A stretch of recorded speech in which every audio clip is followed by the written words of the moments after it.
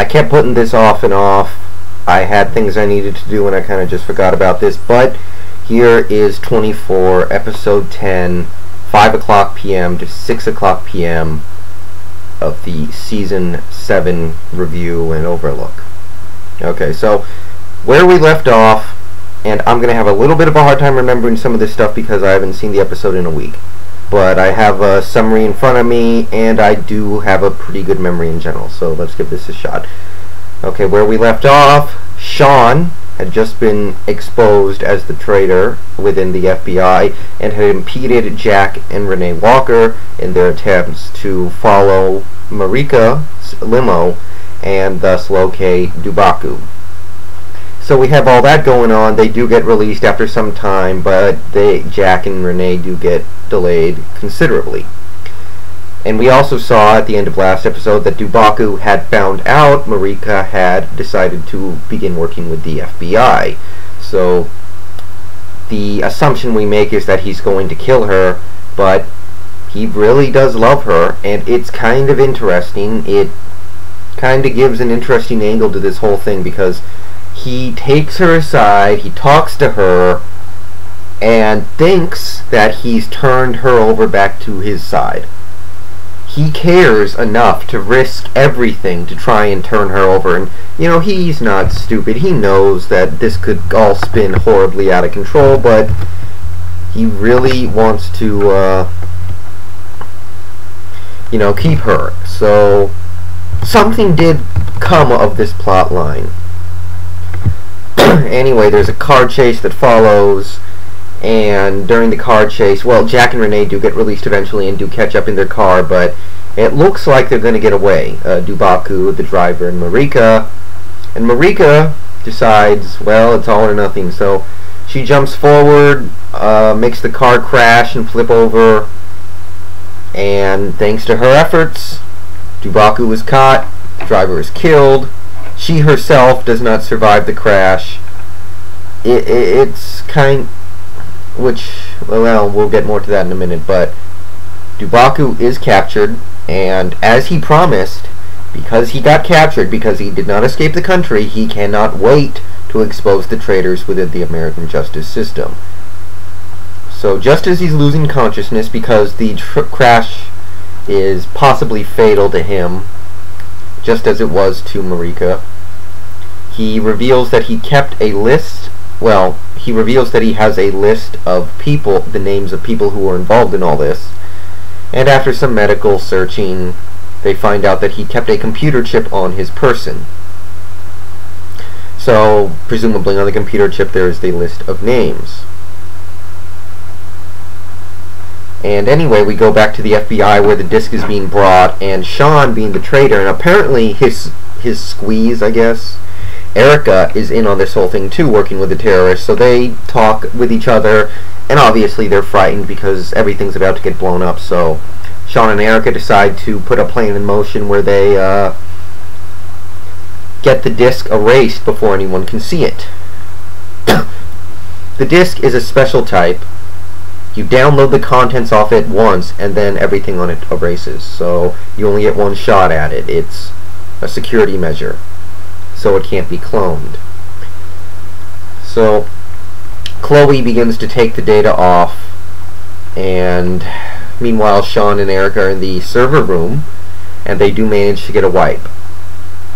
Clear. It looks like they're impeded a few times. It does a good job of mimicking real life in that we see at one point Erica freak out because she thinks, oh crap, it's not working, why is it not working?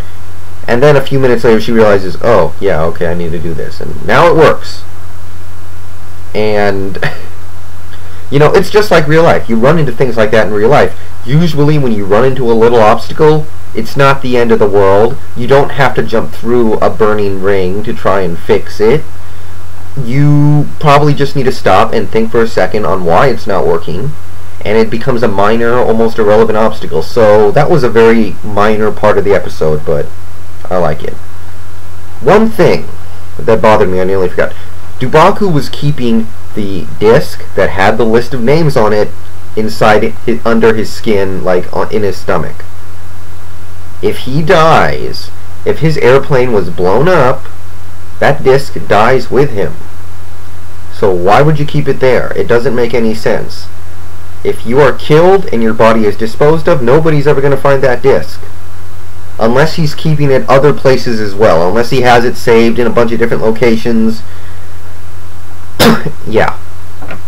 Anyway, the contents of the discs are emptied out onto the server, and then Erica and Sean do a server wipe. Then Sean shoots Erica to make it look like she was the guilty party behind the wipe, and then shoots himself to make it look like he was shot trying to fight her off. So for a few moments the ruse does appear to work, even though I think the entire thing is very weird, that Sean is just immediately crap, what's his name? Agent Moss decides, oh, okay, I get it, we cool. Maybe it's just an act, I don't know. But I was thinking to myself, man, he did just shoot somebody, and he was in the room at the time of this big incident. And also, why are there no cameras in that room? Really ought to be cameras in that room. I don't get it. Anyway. So let's see. As it turns out, all the data gets wiped and everybody's in a panic, like, oh man, we had this. But Chloe, and I think this is what happened, I could be wrong, Chloe didn't want to say anything in front of Sean because she thought maybe, I don't want to say anything in front of anybody, but she was mirroring her copy over to another server. Now, I don't know what to call this. This seems a little bit like Deus Ex Machina. Like, they all of a sudden just pull something out of their ass to save the heroes at the last minute. It looks like the list is erased, and then they disrupt continuity and pull something out of their ass to save the day. In this case, she was mirroring the copy over to another server. But, maybe it makes sense, because why am I holding a pair of scissors?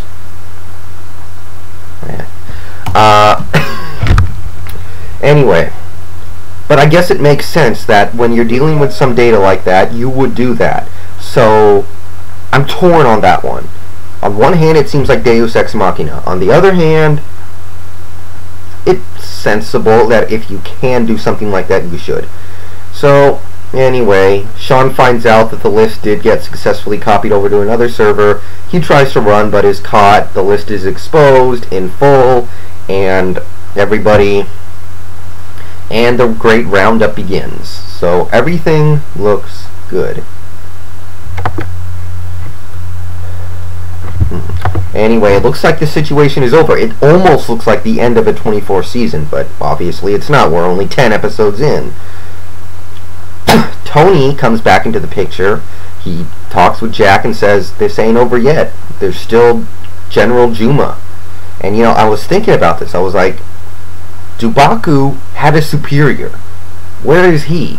And, he's still over in Sangala, and this is not over. So, we still got 14 more episodes left, and it's going to be good. So, I was wondering, how are they going to keep going with this? And then I remembered, oh yeah, there's General Juma.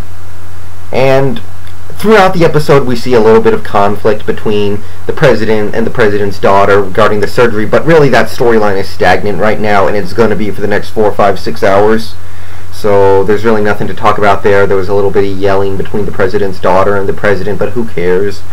And I guess Bill Buchanan's trying to petition for Jack's behalf because he's still in trouble with that senator guy, and he did a lot of good that day. Anyway, that's all I got. So I'm done. I like the episode. It's kind of weird because it feels like the season just ended, even though we're not even halfway through, but it's pretty good stuff. So see you guys later.